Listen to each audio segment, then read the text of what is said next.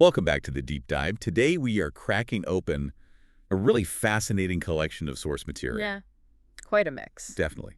We've got everything from a 19th century preacher telling his audience they have a duty to get rich. Which is certainly an attention grabber. Right. All the way to ancient Greek philosophers defining political power and then bringing it right up to modern insights on things like integrity and resilience. So our mission today, for you listening, is pretty ambitious. Extremely. We're trying to build essentially the ultimate integrated curriculum for a life that actually matters. Yeah. One that balances that deep ambition with really unshakable integrity. It's a remarkable stack of sources, honestly, and the way the wisdom connects across such different eras, that's what makes this deep dive so powerful, I think. We aren't just, summarizing each piece. We're really trying to distill the fundamental principles: purpose, power, prosperity. We're jumping straight from Russell H. Conwell's sermon, Acres of Diamonds, and his surprising link between wealth and spirituality into these really personal Stoic letters from Seneca on how to live, well,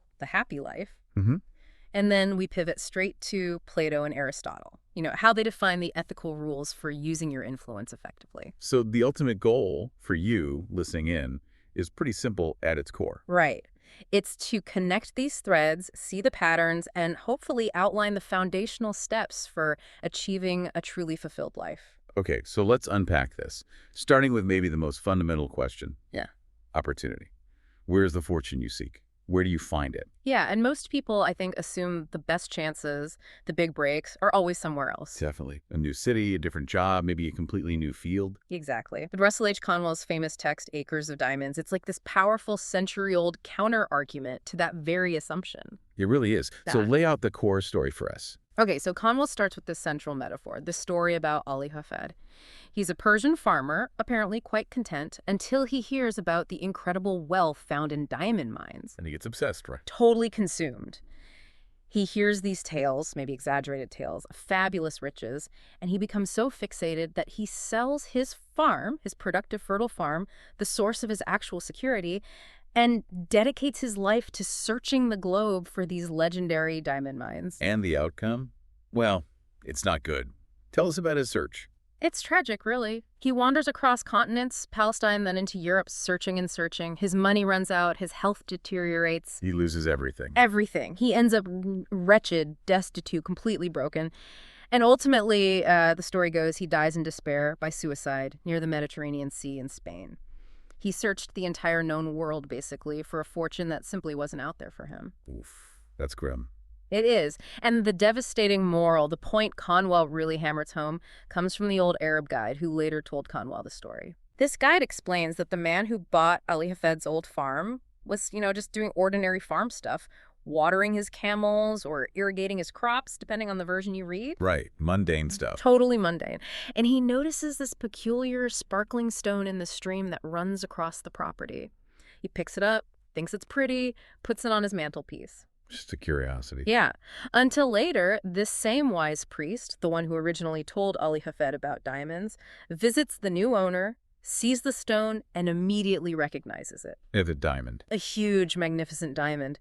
And the story unfolds that the farm, the very land Ali Hafed sold, was sitting on top of the Golconda diamond mine, one of the richest in history. Wow. So, as Conwell puts it, had Ali Hafed remained at home and dug in his own cellar or underneath his own wheat fields or in his own garden, he would have had acres of diamonds. Literally acres. Literally. The riches he spent his life, his fortune, his health seeking were right there, under his feet, on the land he abandoned. And those very gems, the story concludes, went on to decorate the crowns of monarchs across Europe. That story hit it hard. Because it's not just about physical location, is it? It's about a kind of blindness. Exactly. A blindness to the value and potential in your immediate circumstances. And Conwell, he doesn't just leave it at the parable. He drives the point home with another anecdote. This one may be even more pointed because it involves professional expertise. Oh yeah, this one's good. The professor of mineralogy. Perfect example, right? Here's a man, an academic expert. His whole field is the science of finding and identifying valuable minerals, metals, stones.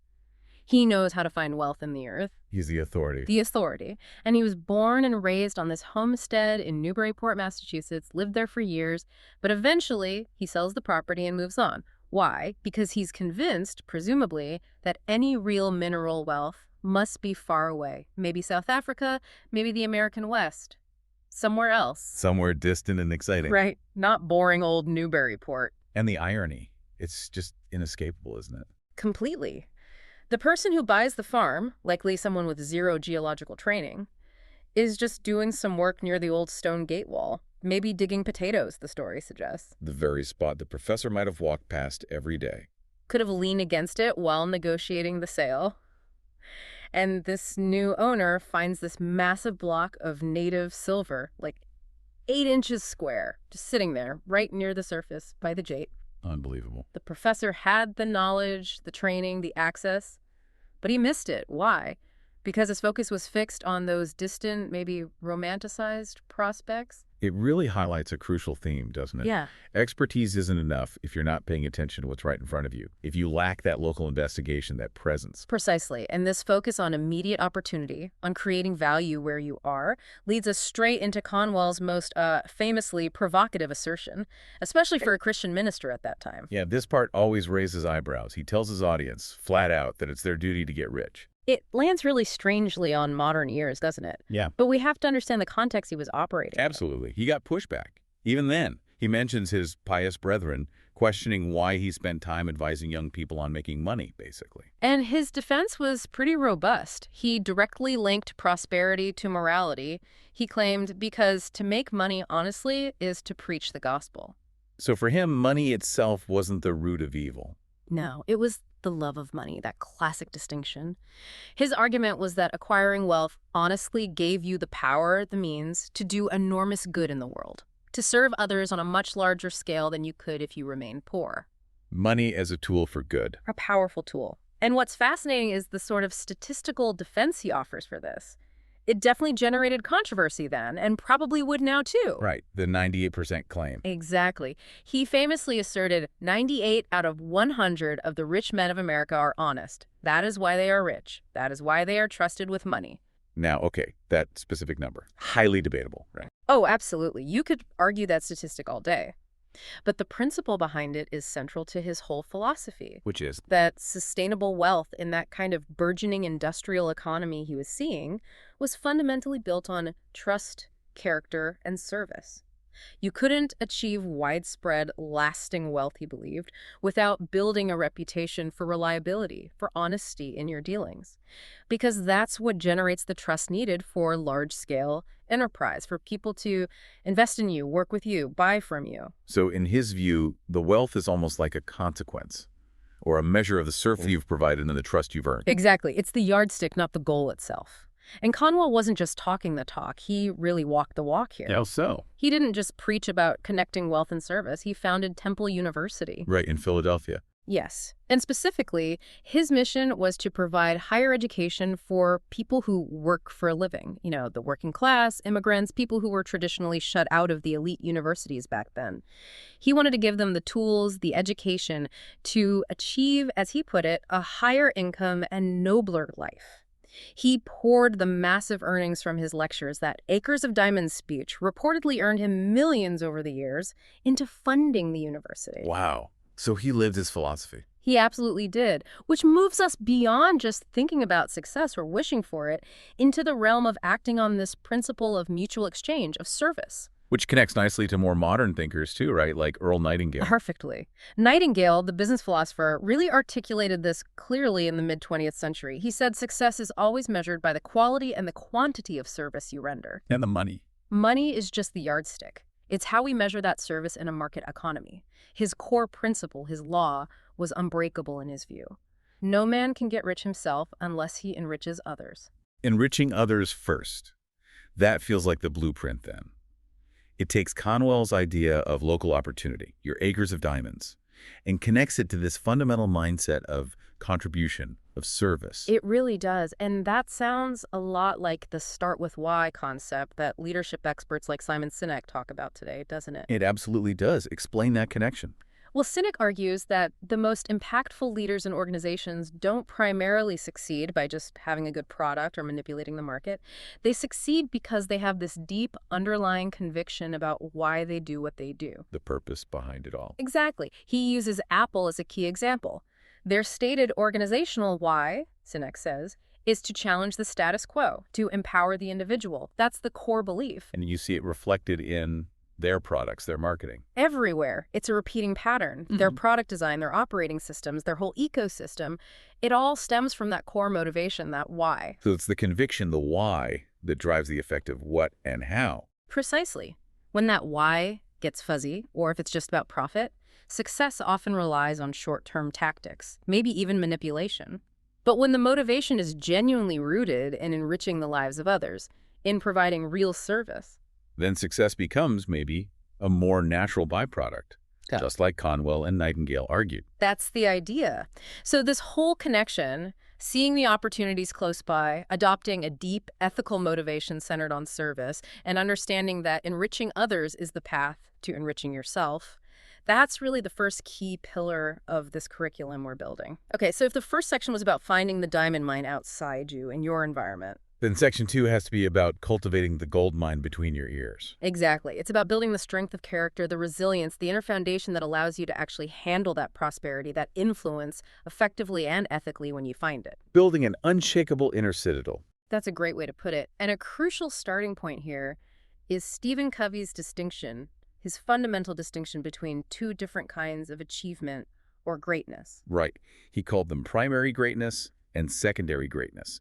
And he had a pretty stark warning about prioritizing one over the other. A very stark warning. So, secondary greatness, let's start there. That's the stuff on the surface. It's the public facade. Like social recognition. Yeah. Reputation. Yeah, exactly. Talents, skills, the personality traits people notice right away. It's the charm you might use, the communication techniques you learn, the image you project. It's often called the personality ethic. Things that can be quite effective, in the short term at least. Oh, absolutely. Techniques work. But Covey contrasts this sharply with primary greatness. Which is? Primary greatness is the deep stuff, the structural integrity of you as a person. It's your fundamental character strength, your core principles, your integrity, your basic goodness. It's the character ethic. And Covey's warning is about what happens if that foundation, that primary greatness, is shaky. Yes. His core warning is really sobering. If your primary greatness, your actual character, is flawed, if it's marked by duplicity, insincerity, a lack of integrity, then eventually all those shiny techniques of the personality ethic, people see through them. They see right through them. The charm feels manipulative, the skills seem like tools for deception, and ultimately it leads to a collapse of trust. And that breakdown of trust poisons all your important relationships, personal, professional, everything. It's like trying to build a skyscraper on a faulty foundation. Perfect analogy. It might look impressive for a while, but eventually it's coming down.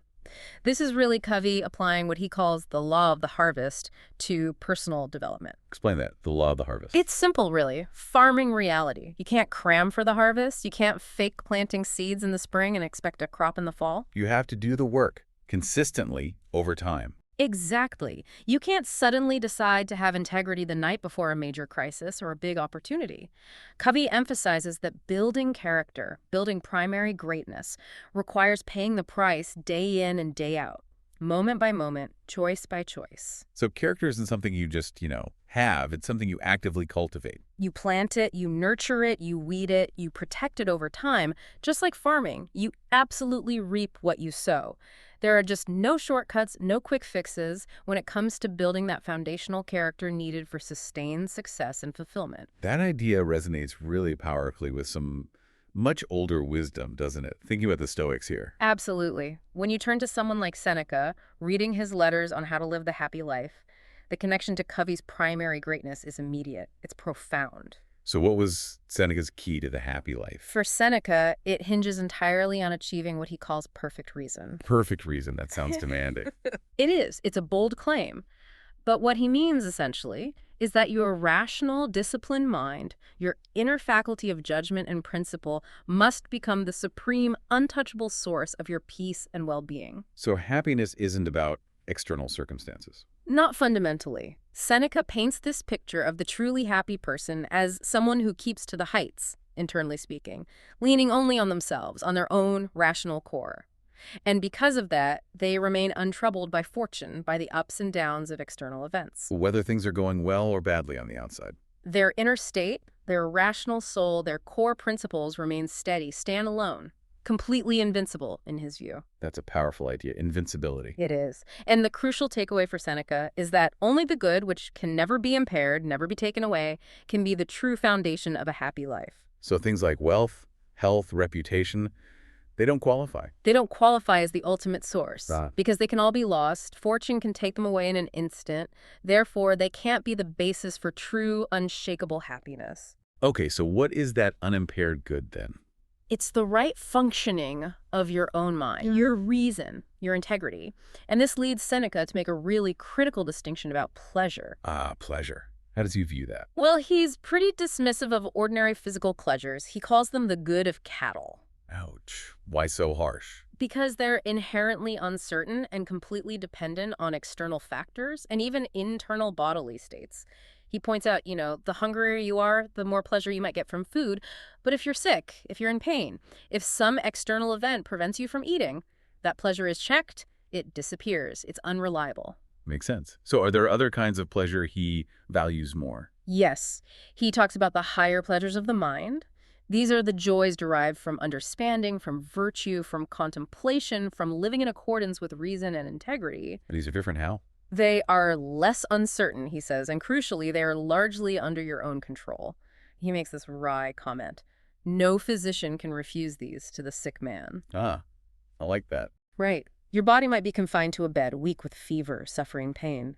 But your inner reason, your capacity for rational thought, for maintaining your principles, that remains available. You can still exercise virtue, find meaning, discipline your thoughts. It's the one resource fortune can't ultimately take away. Exactly. And cultivating that internal resource, focusing on that inner control, that's what creates the kind of invincibility Seneca talks about. It's the very essence of primary greatness. And when that internal life is strong, when it's aligned and principled, does that open up other possibilities? It absolutely does. It opens the door to what the psychologist Csikszentmihalyi famously called flow, optimal experience. Oh, flow. Getting in the zone. Precisely. Yeah. And flow isn't just this pleasant psychological state, though it certainly feels good.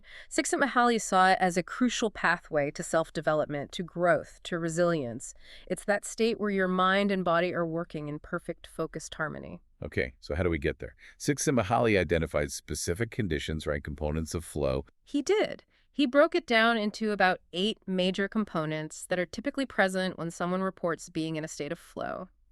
Understanding these is almost like getting the technical instructions for accessing that perfect reason Seneca was aiming for. Let's go through them. They seem important for building that inner mastery. Definitely. Okay, first, flow usually happens when you're confronting tasks that you have a realistic chance of completing. There needs to be a good balance between the challenge level and your current skill level. Not too easy, not too hard. Exactly. Too easy, you get bored. Too hard, you get anxious. You need that sweet spot. Second, you need clear goals and immediate feedback. You have to know what you're trying to do step by step, and you need to be able to tell right away how well you're doing. Makes sense. What's next? Third is complete concentration on the task at hand. Like deep, intense focus. It requires an effortless kind of involvement where all your worries, your distractions, your everyday preoccupations just fade away. They're removed from consciousness for that period. Fourth and fifth kind of go together. They relate to control and awareness. You feel a sense of agency, of exercising control over your actions, even if the challenge is high. And often the action feels almost automatic, like it's flowing out of you without conscious effort. Paradoxically, while you're in deep control, you often lose awareness of yourself as separate from the action. Self-consciousness disappears. You might even lose awareness of basic physical needs or the passage of time. Right, that feeling where hours can pass like minutes. That's the sixth component, the transformation of time. It can speed up, like you said, or sometimes in very complex, fast-paced situations, people report time seeming to slow down, allowing them to process things more clearly. Fascinating. And the seventh? The seventh is that disappearance of the concern for the self, which we touched on. Self-consciousness, worry about what others think, self-criticism, it all just vanishes during the flow state. This allows for really uninhibited action and creativity. Okay, and the last one, number 8. The eighth is simply that the experience is intrinsically rewarding. The activity becomes its own reward. You're doing it for the sake of doing it, not necessarily for some external payoff. But, and this is crucial, Yes. the paradox of the self. This is maybe the most profound lesson from flow. While your concern for the self, your self-consciousness, disappears during the flow state, you literally lose yourself in the activity. Your sense of self actually emerges stronger, more complex, more integrated after the flow experience is over. Wow. So you build your sense of self not by focusing on yourself, Yeah. but by losing yourself in focused, meaningful activity. That's what the research suggests. It implies that the path to strengthening your identity, your resilience, isn't necessarily through agonizing introspection, but through intense, directed, productive action where you engage your skills fully. That framework of directed action, of finding meaning through engagement, seems vital for dealing with the tough stuff too, right? Yeah. Like navigating trauma or failure. Absolutely vital. It connects directly to the insights of someone like Viktor Frankl, the psychiatrist and Holocaust survivor. Both Csikszentmihalyi's work on flow and Frankl's logotherapy suggest that our psychological integrity, our ability to grow, really depends on our capacity to take neutral or even destructive events. Like getting fired or facing illness or loss. Exactly. And through interpretation, through finding meaning in them, transform them into something positive or at least growth promoting. Frankl's whole focus was on finding meaning, wasn't it? Yeah. Even in the absolute worst circumstances imaginable. Yes. His core idea was that our primary drive isn't pleasure, as Freud thought, or power, as Adler thought, but meaning. So, using his example, if you lose your job, that's an external event. It feels like a trauma.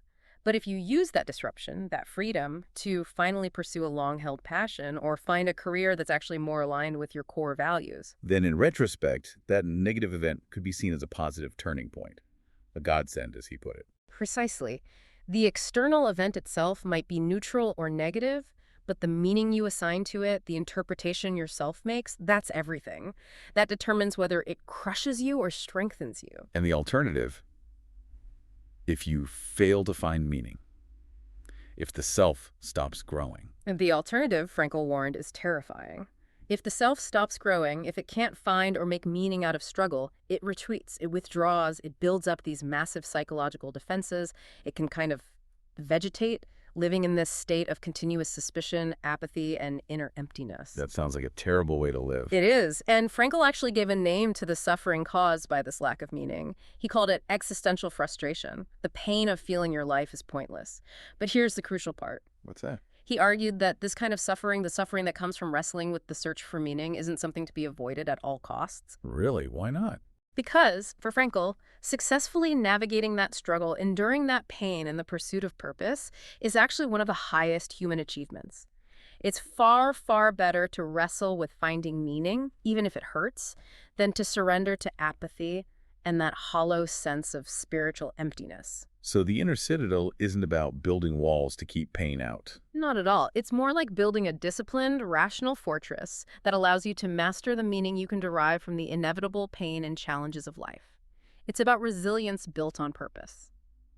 Okay, so let's recap where we are. We've learned, hopefully, to recognize the potential wealth, the opportunities, close at hand, the acres of diamonds. Right. And we've explored the need to build that primary greatness, the inner character, the resilience, the flow that's required to actually seize those opportunities ethically and effectively. Exactly. So the final stage of this curriculum, it seems, has to be the outward expression. How do you take that internal clarity, that character, and mobilize it? How do you influence others, lead others, ethically and purposefully?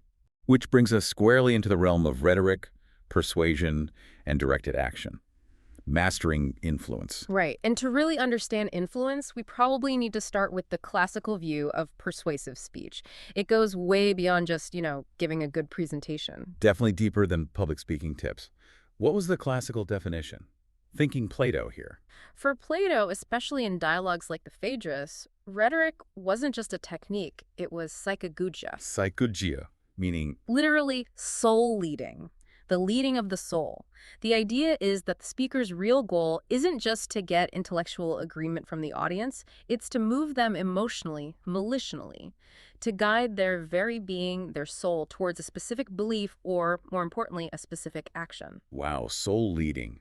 That sounds like a really profound, maybe even dangerous form of power. Extremely powerful. And Plato explores this danger in another dialogue, the Gorgias. In it, the sophist Gorgias, who teaches rhetoric, makes these incredibly bold, almost extravagant claims about the art. What kind of claims? He boasts that a properly trained orator could be more persuasive than even a doctor in convincing a sick person, maybe someone afraid, to take their necessary medicine. More persuasive than the expert. Yes, and even more, he claims that if there was a public competition for a position like, say, chief medical officer, the skilled orator could potentially win the appointment over the actual doctor, the person with the real medical knowledge. How? Just by being a better speaker? By being more persuasive to the assembly making the decision.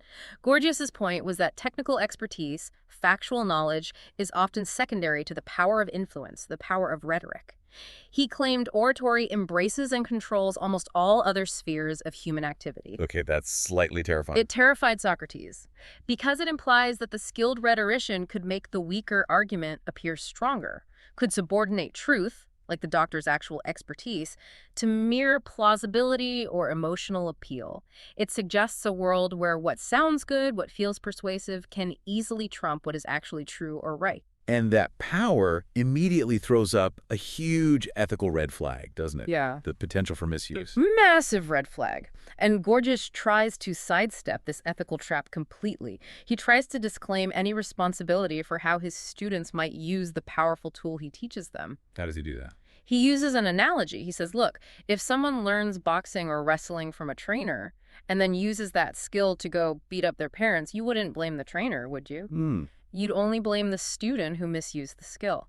Gorgias argues it's the same with rhetoric. The teacher provides the power. They're not responsible if the student uses it for evil. That feels like a cop-out, though, especially with something as powerful as soul-leading. It absolutely is. And this is precisely where we need to ground rhetoric firmly in virtue. This is where Aristotle comes in and provides a crucial correction or maybe completion to Plato's critique. Okay, so how does Aristotle connect rhetoric and virtue?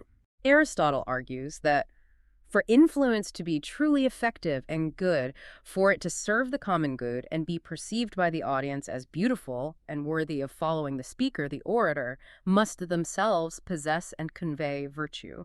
So it's not just about technique. It's about the speaker's character again, back to primary greatness. Exactly. Aristotle defined the beautiful, or the noble, kalon in Greek, not just as something aesthetically pleasing, but as something that is praised because it's good in and of itself, and often because it benefits others. So virtue is beautiful because it's useful. In a specific way, yes. Virtue, for Aristotle, is beautiful precisely because it's a power of conferring many great benefits on the community, on others. Its utility is directly tied to its moral worth. And he argued that the greatest, most beautiful virtues are therefore those that are most useful to others. Like what? What virtues did he highlight? He specifically mentions things like justice, which obviously regulates our interactions for the common good and requires a high standard of moral conduct. And courage, which is necessary to stand firm on principle, to do the right thing, especially when facing pressure or danger for the sake of others. Okay, so the implication for someone wanting to be influential, wanting to lead souls. The implication is crystal clear. An educated citizen, someone who wants to use influence effectively and ethically, cannot just learn the techniques of psychojudo, the tricks of persuasion. They absolutely must cultivate that primary greatness we talked about earlier, integrity, justice, courage, because that underlying virtue is the ultimate foundation of truly legitimate and lasting persuasive power. It gives their words weight. Exactly. As the later Roman orator Quintilian summarized it perfectly, the good man speaking well. He argued that the words of a person known for their good character automatically carry more weight because of that reputation, even before they start employing specific rhetorical techniques. Trust precedes technique. Okay, so this philosophy, this link between virtue, utility, and influence, it needs to move beyond theory into action, right? How does this play out historically? Great question. Let's look at some examples where focused action and ethical influence actually shifted power dynamics. Consider someone like the American suffragette Lucy Stone speaking late in her life around 1893. Okay, fighting for women's right to vote. Yes. And her arguments for equal rights weren't just abstract appeals to justice, though those were there. She consistently grounded her arguments in demonstrating the tangible, useful benefits that came from giving women political power. How'd she do that? Well, she used specific examples. She cited the instance where women, through legislative action, had gained school suffrage, the right to vote just on school board matters, in places like Rochester, New York. Okay. And she pointed out what happened before women had that vote. A particular school board had tried to drastically cut the wages of women teachers from like $50 down to $35.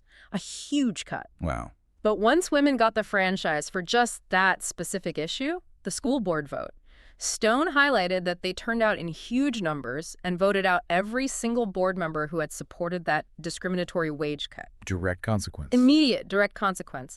They used their newly acquired, narrowly focused political power, their influence, to achieve immediate economic justice for women in that specific context. The action was specific, it was directed, and it was incredibly effective because they knew exactly what needed doing next. That shows that successful influence sometimes requires creating friction, doesn't it? Taking uncomfortable action to actually clear a path for change. It often does. And you see this principle echoed, perhaps more starkly, in the reflections of leaders who maybe operated a bit further outside the accepted mainstream, like Malcolm X. Okay, how did he view this? Well, reflecting on the broader civil rights struggle, he reportedly advised a friend to remember something important. He said basically it was us extremists who made it possible for the more moderate groups to actually gain traction and achieve concessions. What did he mean by that? He wasn't necessarily advocating for violence in that context, was he? Not necessarily advocating violence itself, but highlighting the strategic function of controversial, unyielding, sometimes disruptive action. His point seemed to be that the provocative challenges, the actions that pushed the boundaries way out, created the necessary pressure. They created the friction, the crisis that forced the establishment to engage. And maybe made the moderate demands seem more reasonable in comparison. Exactly. It could shift the Overton window, so to speak. The more radical action clears the ground, creates the space, makes the previously unthinkable moderate position suddenly look like a politically acceptable compromise to the mainstream. So that's like a strategic deployment of the energy, the conviction generated by that inner citadel we talked about. I think that's a great way to see it, but this is a crucial balance. This drive for effectiveness, even radical effectiveness, needs to be tempered. It needs humility. It needs an acceptance of your role in the larger service picture. Meaning it's not about personal glory, not about that secondary greatness. Precisely. Theodore Roosevelt spoke to this beautifully, actually, when he was defining his ideal of the person of integrity in public life. He said that person will gladly do the thing that is next, whatever that task might be. Even if it's not glamorous. Especially if it's not glamorous or immediately rewarding. Roosevelt said this person doesn't constantly ask, what does the future hold for me personally? Their content simply in the knowledge that they, too, have served the larger goal, done their part, even if greater recognition or more significant roles are reserved for others down the line. That's a profound kind of humility, isn't it? The kind needed to sustain impact over the long haul. It really is. And that brings us to the final, maybe most comprehensive element of this call to action. The kind of discipline required of an educated, engaged citizen, which is reinforced by a lot of modern leadership studies, too. Which is what? What's the core discipline? That action can't just be random or self-serving. It has to be directed action. It needs to be done thoughtfully, with deliberation, but also with boldness and persistence. And crucially, it must be done in the service of the whole, the common good.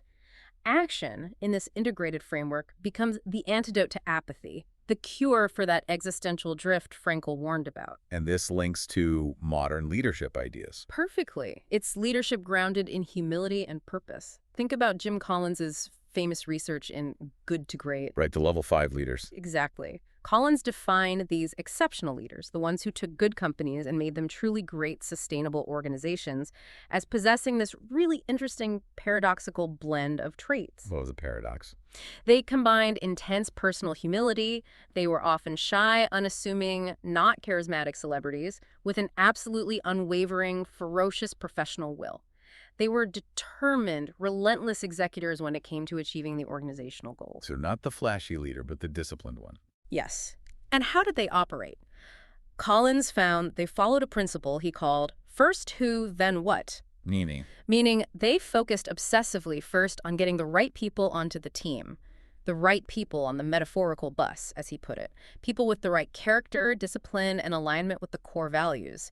And only then did they collectively figure out the best direction to drive the bus. So people first, strategy second. In that sense, yes. Their strength didn't come from their personal magnetism or brilliant top-down strategy dictates. It came from their disciplined reliance on facts, their focus on building a great team, their long-term vision, and their humble, often quiet, relentless service towards the organizational mission.